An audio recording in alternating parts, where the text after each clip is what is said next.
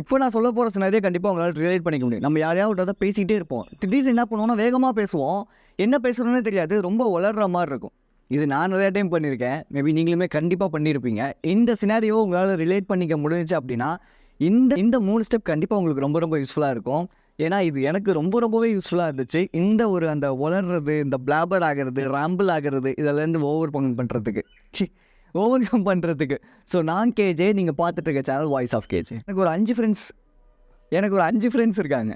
So எங்களுக்கு பயம்னா என்னன்னே தெரியாது. இப்படி தான் நாங்கள் ரொம்ப க்ளோஸ் ஃப்ரெண்டாக இருப்போம். நாங்கள் அப்படியே ஜாலியாக பேசுவோம், பேசிக்கிட்டே இருப்போம். மேக்ஸிமம் ஆஃப் த டைம் அந்த கேங்கில் என்னை ரொம்பவே கலாய்ப்பாங்க. பிகாஸ் நான் அவங்ககிட்ட பேச ஸ்டார்ட் பண்ணாலே வேகமாக பேசுவேன், ரொம்ப உளருவேன். என்னடா சம்மந்தமே இல்லாமல் பேசுகிறேன், போ அப்படின்னு தலையில் தட்டி அமைதியாக ஓரமாக உட்கார வச்சுருவானுங்க. ரொம்ப அசிங்கப்படுத்துவானுங்க. ட்ரூ ஃப்ரெண்ட்ஸ் அப்படிலாம் கிடையாது. ஜஸ்ட் அந்த டைமில் ஒரு க்ளோஸாக இருந்தாங்க, ஒரு ஜாலியாக ஃபன்னாக பேசுகிறதுக்கு. ஸோ எனக்கு சம்டைம்ஸ் ரொம்பவே கஷ்டமாக இருக்கும். On the time I just shut my mouth for sometimes. I just really ashamed of myself. Sometimes I just shut my mouth and won't talk to anyone, and I just probably open my mouth for 1 or 2 words probably, because I just observe what they are speaking, because if I got open my mouth I just got rambled and blabbering sometimes. So I just shut my mouth. So here I am going to give you a super advice, which is just shut your mouth and observe what your city friends are talking. Just பொறுமையாக உட்காந்து அமைதியாகிடுங்க. பேசவே பேசாதீங்க. அந்த இடத்துல உங்கள் friends என்ன பேசுகிறாங்க அப்படிங்கிறத கவனிங்க. ஏன்னா நம்ம பேச திரும்பி பிளாபர் பண்ணிக்கிட்டே இருப்போம், அசிங்கப்பட்டுக்கிட்டே இருப்போம். அதுக்கு கொஞ்சம் அமைதியாக உட்காந்து நம்ம வாயை ஜிப்பு போட்டு மூடிட்டோம் அப்படின்னாலே மேக்ஸிமம் ஆஃப் த டைம் அவங்க நம்மளை கலாய்க்கிறத விடவும் முடியாது. அட் த சேம் டைம் நம்ம பிளாபராகவும் மாட்டோம். ஜஸ்ட் நம்ம பொறுமையாக அப்சர்வ் பண்ணி என்ன பேசுகிறோமோ அதை 1-2 வார்த்தையில் கன்வே பண்ணோம் அப்படின்னாலே நமக்கு அங்கே மரியாதைங்கிறது கூடிரும். அட் த சேம் டைம் நம்ம இந்த பிளாபர் பண்ணுறதா இல்லை ராம்பிளிங் அப்படின்னு சொல்லுவாங்க, ஐ மீன் வளர்றதை நம்ம ஓவர் கம் பண்ணிடலாம். இப்படி தான் நான் ஓவர் கம் பண்ணேன். அதனால தான் இந்த இடத்துல நான் இன்னும் பேசிகிட்டு இருக்கேன். So it might be definitely useful for you. மாதிரி அதிகமான ப்ராப்ளம் உங்களுக்கு இருக்குது அப்படிங்கிறதுக்காக தான் நான் பர்சனல் கோச்சிங் ஸ்டார்ட் பண்ணியிருக்கேன். ஸோ 1-on-1 கோச்சிங்காக இருக்கும். ஜஸ்ட் லிங்க் கீழே கொடுக்குறேன். நீங்கள் அந்த லிங்க்கில் போய் உங்களோட டேட்டை ஷெடியூல் பண்ணிக்கிட்டீங்க அப்படின்னா ஜஸ்ட் 15 மினிட்ஸ் எங்களுக்குள்ள ஃப்ரீ வீடியோ கால் இருக்கும். அதுக்கப்புறம் உங்களுக்கு ஓகே அப்படின்னா நீங்கள் அந்த கோச்சிங்கை நீங்கள் ஸ்டார்ட் பண்ணிக்கலாம். அது மற்ற டீட்டெயிலாக நான் அங்கே சொல்கிறேன். ரேண்டமாக பேசும்போது நம்மளோட வாயை நம்ம மூடிக்கலாம், ஜிப்பு போட்டுக்கலாம். பட் இதுவே ஒரு மீட்டிங்கோ இல்லை செமினாரோ இல்லை காலேஜோ நான் பேசிகிட்டு இருக்கேன், அங்கே நான் ரொம்ப பிளாபர் ஆகிறேன், ரொம்ப லோடன்னு பேசுகிறேன். அப்போ என்ன பண்ணுறது அப்படின்னா அதுக்கு ஒரு ஃப்ரேம் ஒர்க் நம்ம யூஸ் பண்ணணும். என்ன ஃப்ரேம் ஒர்க் அப்படிங்கிறத சொல்கிறதுக்கு முன்னாடி ஒரு சின்ன ஒரு கதை. இந்த கதை கண்டிப்பாக அவங்க லைஃப்பில் ரொம்ப ஒரு இன்ஸ்பைரிங்காக இருக்கும். ஏன்னா இது என் லைஃப்பில் நான் இந்த இடத்துல இன்னும் பேசிகிட்டு இருக்கிறதுக்கு மெயின் ரீசன் அப்போ நடந்த ஒரு சினாரியோ தான். லைக் காலேஜில் ஒரு டிபேட், ஓகேவா, சூப்பர்ஸ்டிஷியஸ் பிலீஃப்ஸ் அப்படின்னு பற்றி, மூட நம்பிக்கைகளும் மனிதர்களும் அப்படிங்கிறத பற்றி ஒரு டிபேட் இப்போ ஒரு பட்டிமன்றம் ஒரு டிபேட் போயிட்டுருக்கு. ஸோ அது ஃபுல் அண்ட் ஃபுல் கான்வர்சேஷன் இங்கிலீஷில் தான். ஜஸ்ட் என்கிட்ட மைக்கை கொடுத்தாங்க. நான் பேச ஸ்டார்ட் பண்ணும்போது உளர ஸ்டார்ட் பண்ணிட்டேன். I just got blabbered many times at all. So the audience who make me a fun and then they told me that கீழே இருங்க நோ இந்தாடா ஓட்ட வாயா வா வா வா அப்படின்னு 100 பேர் இருப்பாங்க. கிட்டத்தட்ட 100 பேர் ஆடியன்ஸ். அவங்க முன்னாடி என்னால் பேச முடியல, பயம். இறங்கடா திக்குவாயின்னு சொல்லி செம்ம கலாய், சரியான கலாய். ரொம்ப அசிங்கப்பட்டேன் அந்த இடத்துல. பட் ஒரு தேவதை மாதிரி ஒரு பொண்ணுங்க என் மைக்கை வாங்கி, சரி அப்போ இவரால் பேச முடியலங்கிறீங்களே, அப்போ உங்களில் யாராவது எந்திரிச்சு நின்று பேசுகிறீங்களா அப்படின்னாங்க. உடனே அந்த ஆடியன்ஸ் அப்படியே அமைதியாகிட்டாங்க. யாருமே எந்திரிச்சு வரவே கிடையாது, இன்னும் பேசவும் கிடையாது.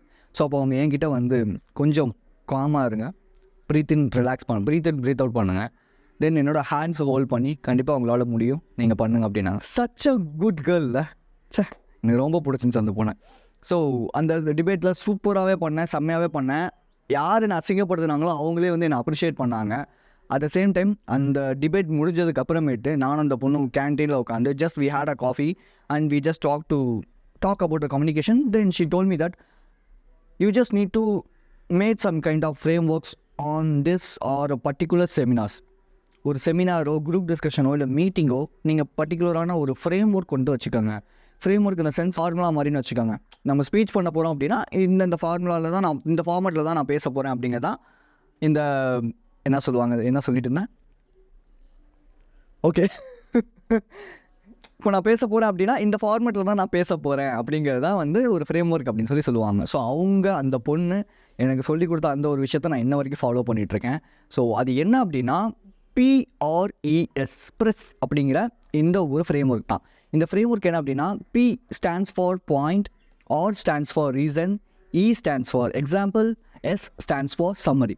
So P stands for point. Point in the sense நம்ம ஒரு விஷயத்த சொல்கிறத பாயிண்ட்டாக அந்த ஃபஸ்ட்டு நம்ம சொல்ல வர விஷயத்த ஃபஸ்ட்டு பாயிண்ட்லேயே நம்ம டெலிவர் பண்ணிடணும். ரீசன், நம்பர் 2 ரீசன், ஏன் இதை நம்ம பண்ணணும் அப்படிங்கிற ரீசனை நம்ம எக்ஸ்போஸ் பண்ணணும். நம்பர் 3 அதுக்கு ஒரு எக்ஸாம்பிள், ஒரு ஆப்டான ஒரு எக்ஸாம்பிளை நம்ம கொடுக்கணும்.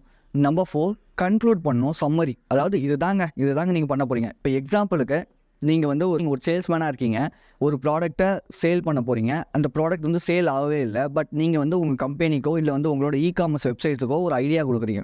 இதை நீங்கள் இந்த ப்ராடக்ட்டை நிறையாவே நம்மகிட்ட ஸ்டாக்ஸ் இருக்குது, ஸோ இதை ஆஃபர் பண்ணலாம் அப்படின்னு சொல்லி, இதை வந்து ஆஃபரில் நம்ம வந்து கொடுக்கலாம் அப்படின்னு சொல்லி, பட் அவங்க வந்து வேணாம் அப்படிங்கிறாங்க. பட் நீங்கள் அதை எப்படி கன்வே பண்ண போகிறீங்க அப்படின்னா, நம்பர் 1 பாயிண்ட், இந்த ப்ராடக்ட் வந்து நிறையாவே நம்மக்கிட்ட ஸ்டாக்ஸில் இருக்குது, பட் இதுக்கு நம்ம ஆஃபர் கொடுத்தோம் அப்படின்னா நிறையா பேர் வந்து வாங்குவாங்க அப்படிங்கிறது point.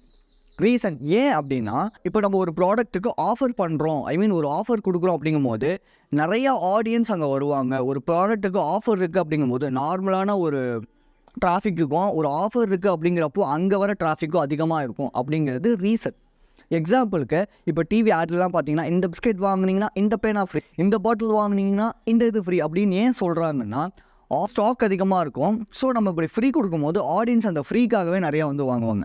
So at the same time அதே மாதிரி தான் இப்போ வந்து இ-காமர்ஸ்லையும் அப்படின்னு சொல்லி இந்த இடத்துல நீங்கள் ரீசனை முடிச்சுட்டு லாஸ்ட்டாக, ஸோ ஃபைனலி என்னோடய பாயிண்ட் என்ன அப்படின்னா, நீங்கள் இந்த இதை ஆஃபர் பண்ணும்போது, ஒரு ஆஃபர் கொடுக்கும்போது மக்கள் கண்டிப்பாக அதிகமாக வந்து பை பண்ணுவாங்க அப்படிங்கிறது ஒரு மார்க்கெட்டிங் ஸ்ட்ராட்டஜி. ஸோ இதை நீங்கள் ஃபுல்லாக எக்ஸ்பிளைன் பண்ணி முடிக்கும் போது அவங்க அதை அக்செப்ட் பண்ணிக்க தான் போகிறாங்க, அக்செப்ட் பண்ணிக்காமல் இருக்கவே மாட்டாங்க. ஸோ இதுதான் வந்து இந்த ஃப்ரேம் ஒர்க், இதுதான் கம்யூனிகேஷனில் ஃப்ரேம் ஒர்க் அப்படிங்கிறது. ஸோ மீட்டிங், செமினார்ஸு, இல்லை டிபேட்டு, இல்லை வந்து நீங்கள் இங்கிலீஷில் வந்து ஏதோ ஒரு இடத்துல கான்வர்சேஷன் பண்ணுறீங்க, ஸ்பீச் பண்ணுறீங்க, பப்ளிக் ஸ்பீக்கிங், இப்படி எதாக இருந்தாலும் சரி, இந்த ஃப்ரேம் ஒர்க்கை நீங்கள் யூஸ் பண்ணிங்க அப்படின்னா அவனை அடிச்சிக்கவே முடியாதுடா எதுலேயே அப்படிங்கிற மாதிரி சூப்பராக உங்களால் வந்து உங்களோட கம்யூனிகேஷனை இங்கேருந்து இங்கே கொண்டு போய் நிப்பாட்டிட முடியும். ஸோ ஜஸ்ட் ட்ரை பண்ணுங்கள். என்னோடய கம்யூனிகேஷனை இங்கேருந்து இங்கே கொண்டு போகிறதுக்கு இதுதான் ரொம்ப ரொம்ப ஹெல்ப்ஃபுல்லாக இருந்துச்சு.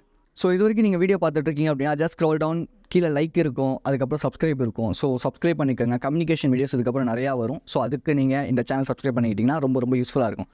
So coming back to the content, நான் இந்த கம்யூனிகேஷன் கற்றுக்கிறதுக்கு முன்னாடி எனக்கு கம்யூனிகேஷனில் பெருசாக எவ்வளோ விஷயங்கள் இருக்குன்னு தெரியாது. பட் கம்யூனிகேஷன் கற்றுக்க ஆரம்பித்ததுக்கப்புறமேட்டு, இந்த ஸ்கில்லை கற்றுக்க ஆரம்பித்ததுக்கப்புறமேட்டு எனக்கு ஏகப்பட்ட விஷயங்கள் இதில் இருக்குதுன்னு எனக்கு தெரிய வந்துச்சு. லைக் வந்து அந்த tone, tonality, acceleration, articulation, so the pause இப்படின்னு சொல்லி ஏகப்பட்ட விஷயங்கள் இருக்குது. இதில் எனக்கு ஸ்பெசிஃபிக்காக பிடிச்ச ஒரு விஷயம், என்னோடய கம்யூனிகேஷனை இங்கேருந்து இங்கே கொண்டு போகிறதுக்கு ரொம்ப ரொம்ப ஹெல்ப்ஃபுல்லாக இருந்த ஒரே ஒரு விஷயம் என்ன அப்படின்னா, பவர் ஆஃப் த பாஸ் அப்படிங்கிறது தான்.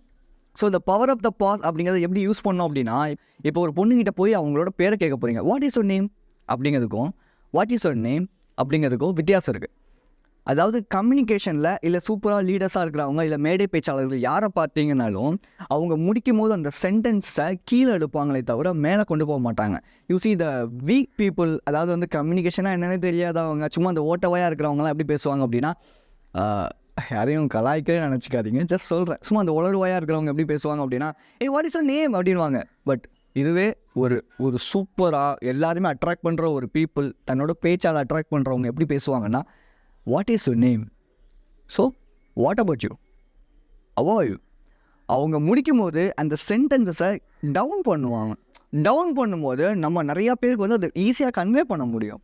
எக்ஸாம்பிளுக்கு இன்னொரு எக்ஸாம்பிள் ஒன்று சொல்கிறேன். Are you interested in communication அப்படிங்கிறதுக்கும் are you interested in communication இப்படிக்கும் நிறையா வித்தியாசம் இருக்குது.